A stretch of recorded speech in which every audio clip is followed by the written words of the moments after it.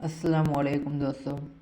आज की इस वीडियो में हम ये सीखेंगे कि ट्रेंड अप या ट्रेंड डाउन ट्रेंड में पुल बैक्स को कैसे फाइंड किया जाता है। पुल बैक्स हैं क्या? पुल बैक को समझने के लिए मेरे भाई पहले ये समझ लेते हैं कि प्राइस किन दो डायरेक्शन में मूव करती है। किन दो डायरेक्शन में? Up direction, down direction. मतलब प्राइस या तो अप जाएगी या डाउन जाएगी। यही दो तरीके हैं ना, यही दो रास्ते हैं ना। अच्छा, जब भी प्राइस अप जाएगी तो कैसे जाएगी? एक कैंडल बनेगी ये वाली, दूसरी कैंडल बनेगी आगे, और वो जो दूसरी कैंडल होगी वो पिछली कैंडल के हाई के ऊपर निकल जाएगी, या वो विक लगा देगी इस तरह से, या फिर वो बॉडी के साथ ऊपर निकल जाएगी। यही तरीका हुआ ना पहला। अच्छा, अगर नीचे भी आएगी तो ये यहाँ तक आएगी, इसकी विक के नीचे नहीं जाएगी। एक ये तरीका हुआ। दूसरा हुआ कि ट्रेंड अभी भी अप का है और एक कैंडल बनती है अप ट्रेंड में जाते हुए। जो दूसरी कैंडल बनती है वो ना ही पिछली कैंडल के हाई के ऊपर जाती है, विक या बॉडी कुछ भी नहीं, और ना ही नीचे जाती है, ना ही विक और ना ही बॉडी, उसके अंदर रह जाती है। अब इस कैंडल की ये जो मेन कैंडल है, इस कैंडल के अंदर चाहे एक कैंडल आ जाए, दो आ जाए, तीन आ जाए, और इस मेन कैंडल के ना हाई के ऊपर निकले ना लो के ऊपर, लो के नीचे अगर आ जाती हैं तो वैलिड पुल बैक बन जाएगा। अगर हाई के ऊपर निकल जाती हैं तो वैलिड पुल बैक नहीं बनेगा। अगर हाई के ऊपर भी नहीं निकलती तो ये इन इन मतलब वैलिड पुल बैक तो नहीं होगा, ये होगा इनसाइड बार, यानी कि इस कैंडल के अंदर इनसाइड में आ रही हैं। ये हुआ, ये दोनों वैलिड पुल बैक्स नहीं हैं।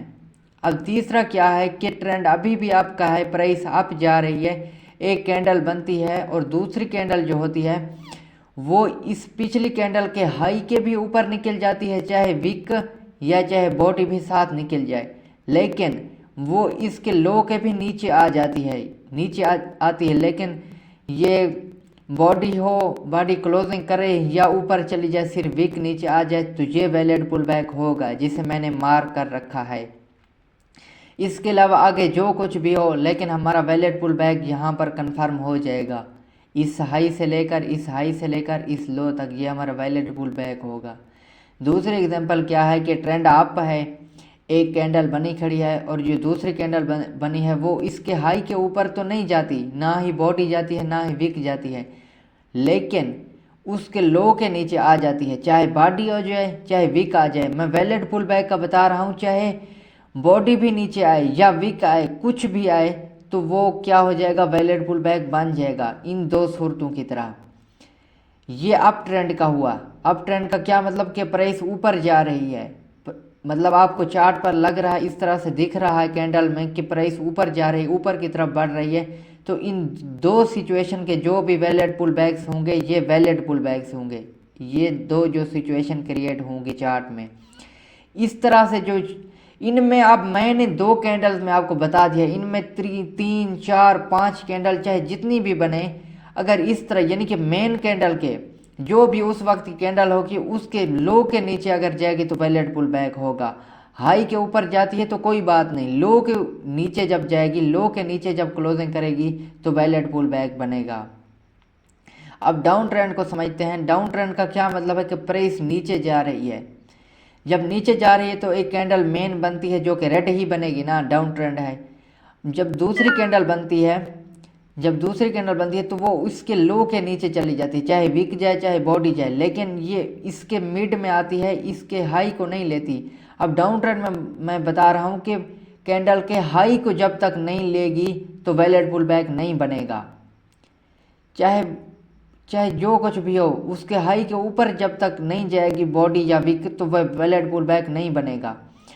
अब यहाँ दूसरी सिचुएशन है कि ये कैंडल बनी खड़ी है, ये इनसाइड दूसरी जो कैंडल बनती है वो ना ही इसके लो के नीचे जाती है ना ही इसके हाई के नीचे, तो ये क्या हुआ? ये इनवैलिड हुआ, यानी कि वैलिड नहीं हुआ, ये इनसाइड बार है।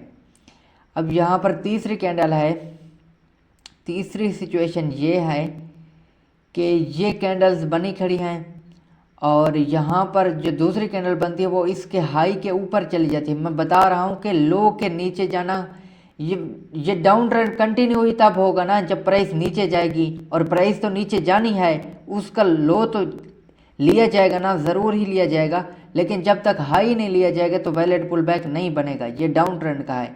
अब ये एक मेन कैंडल थी, दूसरी कैंडल बनी, उसने इसका हाई लिया, चाहे लो ले या ना ले।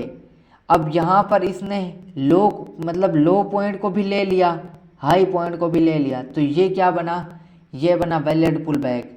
यहाँ पर सिर्फ मेन कैंडल के इसने हाई को ले लिया, लो को नहीं लिया, तो ये भी एक वैलिड पुल बैक क्रिएट हुआ।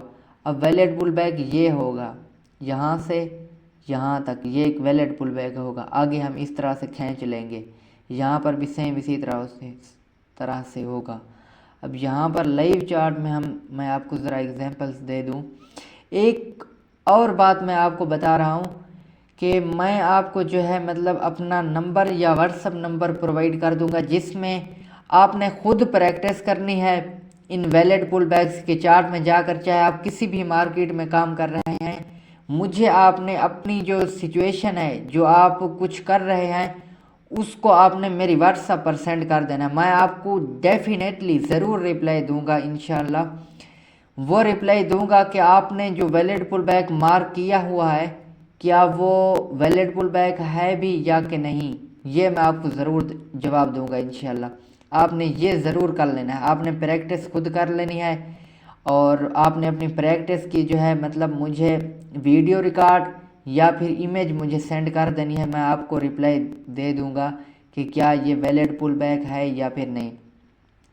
यहाँ पर देखें कि मेरे भाई, यहाँ पर आपने क्या देखना है कि ट्रेंड, पहले मैं आपको बता दूं ट्रेंड क्या है। ट्रेंड अप है। यहाँ पर यहाँ से ये लो वाला पॉइंट है ना, यहाँ से प्राइस अप जा रही है ना, ये ट्रेंड अप हुआ। अब इसमें वैलिड पुल बैक्स देखते हैं।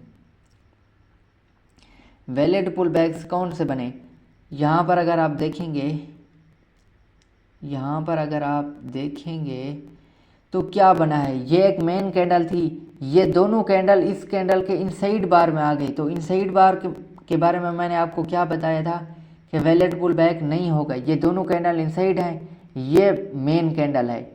अब जब तक इसके लो को नहीं लिया गया तो ये एक वैलिड पुल बैक नहीं बना। जब इस कैंडल ने इस कैंडल के लो को लिया तो ये एक वैलिड पुल बैक बना। ये यहाँ तक ये एक वैलिड पुल बैक बना था। ये एक वैलिड पुल बैक था। इसके अलावा मैं आपको एक और करेंसी पेयर पर बता देता हूँ, बिटकॉइन में ही बता रहा हूँ, आप बिटकॉइन में बता देता हूँ कि बिटकॉइन में ये किस तरह से होता है। अब डाउन ट्रेंड का हम समझ लेते हैं कि प्राइस डाउन गिर रही थी ना, यहाँ पर प्राइस स्टिल किस तरह से गिर रही थी, डाउन। अब यहाँ पर ये कैंडल थी, इस दूसरी कैंडल ने इसके हाई को लिया। मैंने आपको बताया था ना कि डाउन ट्रेंड में कैंडल हाई को लेगी। इस कैंडल ने इस कैंडल के हाई को लिया, तो उसके बाद जब तक प्राइस ऊपर रहेगी, जब तक प्राइस अप रहेगी, तो ये एक वैलिड पुल बैक क्रिएट होगा। अब मैं यहाँ इस लो से लूँगा, लो तो यही बना था ना जब तक हाई बनता जा रहा था, ये हाई तक। ये क्या बना, ये वैलिड पुल बैक बना। आगे हम इसको खींच सकते हैं, तो इसके बाद प्राइस इसी वैलिड पुल बैक से यहाँ इससे नीचे निकलने के बाद दोबारा इसी के अंदर से आकर गिरी है। इसका ये भी काम होता है, ये हम एडवांस में सीखेंगे। अब इस कॉन्सेप्ट में आपने यही सीख लेना है कि वैलिड पुल बैक, सबसे पहले आपने चार्ट को नीचे डेट वाले स्केल से इस तरह से कंप्रेस कर लेना है, छोटा सा, यानी कि जूम आउट कर लेना है। फिर इसके बाद आपने देखना है कि मेरा लो वाला पॉइंट कौन सा है। यहाँ पर अगर आप देखेंगे तो लो वाला पॉइंट यही है ना। अगर हाई वाला पॉइंट नज़दीक है तो हाई को आपने देख लेना है, लो वाला पॉइंट है तो लो को। जब आपको लो नज़र आएगा तो आपको डेफिनेटली पता होगा कि ट्रेंड तो डाउन का है। जब ट्रेंड डाउन का है तो आपने देखना क्या है कि मेरी जो कैंडल होगी ना, ये कैंडल्स होंगी, उन कैंडल के जब तक हाई तक प्राइस नहीं जाएगी, उनके हाई के ऊपर प्राइस नहीं जाएगी, तब तक मेरा वैलिड पुल बैक ही नहीं बनेगा। अब वैलिड पुल बैक कैसे बनेगा, ये मैं लो की आपको एग्जांपल दे देता हूँ।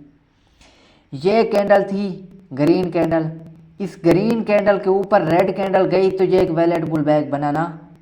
हाँ, यहाँ इस तरह से ये आपको अच्छी तरह से नज़र आएगा।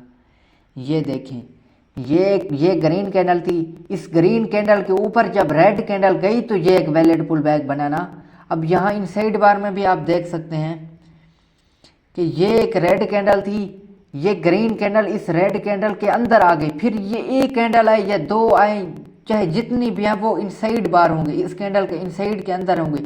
जब तक इसके लो को फिर प्राइस नीचे ना आ जाए तो फिर इनसाइड बार टूट जाएगा। अब जब लो के नीचे प्राइस आई, इसके बाद दोबारा जब इस कैंडल के हाई के ऊपर जब ये ग्रीन कैंडल गई तो ये एक वैलिड पुल बैक बना। ये दो वैलिड पुल बैक हैं, एक ये वाला वैलिड पुल बैक एंड दूसरा ये वाला वैलिड पुल बैक। ये एक वैलिड पुल बैक हुआ मेरे भाई।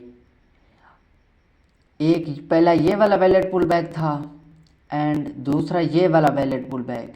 इसी तरह से अप ट्रेंड में भी इसी तरह से अप ट्रेंड में कैंडल का लो लिया जाना चाहिए, यानी कि पहली कैंडल जो हो, दूसरी कैंडल जो बने वो पिछली कैंडल के लो के नीचे जाए तो वैलिड पुल बैक होगा।